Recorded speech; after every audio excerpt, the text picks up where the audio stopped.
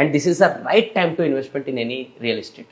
కన్నా సరే 100 గజాలు 200 గజాలు అయినా సరే పోయి ఇన్వెస్ట్మెంట్ చేయండి. లేకున్నా కూడా ఇంకో ఆప్షన్ మంచిది చెప్తాండి. ఏదైనా వెంచర్లో మనం ఇప్పుడు ఇన్వెస్ట్మెంట్ చేయాలనంటే కొన్ని వెంచర్లు టైం పీరియడ్లు పెడతాయి అనమాట. 45 days or 2 months or 3 months అని ఇట్లా పెడతాయి అనమాట. ఇప్పుడు మనం పోయి టోకన్ అమౌంట్ అనేది అలాట్మెంట్ ఛార్జెస్ అనేది పోయి కట్టేసినాం అనుకోండి, 3 months మనకు టైం ఇచ్చారు, తీసుకోండి. ఆ టైం తీసుకొని దాని తర్వాత 45 days లోపలనే ప్రైస్ అప్రిసియేషన్ కాబోతుంది.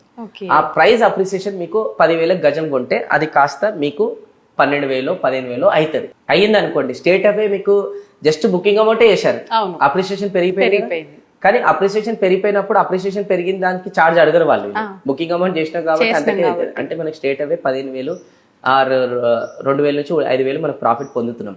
ఒకవేళ మీకు అడ్జస్ట్మెంట్ కాలే 3 నెలల, మీరు ఏం చేయొచ్చు, ఎవరైనా ఫ్రెండ్స్ సర్కిల్లోనో ఇంకా వేరే సర్కిల్లోనో ఇప్పుడు మీరు 10,000కి బుకింగ్ అమౌంట్ చేసారు కదా, వాళ్ళకి అప్రిసియేషన్ పెరిగిన ప్రైస్ కే మీరు అక్కడ అమ్మేసేయచ్చు. ఆ డబ్బు అనేది మీకు ఏం పెట్టకుండా ప్రాఫిట్ కూడా పొంది. సూపర్ ఐడియా, సూపర్ ఇది.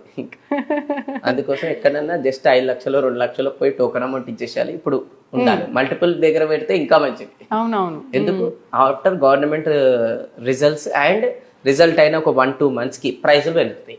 This is the right time to play game, smart game. కూర్చున్న దగ్గర డబ్బులు పెంచుకోండి.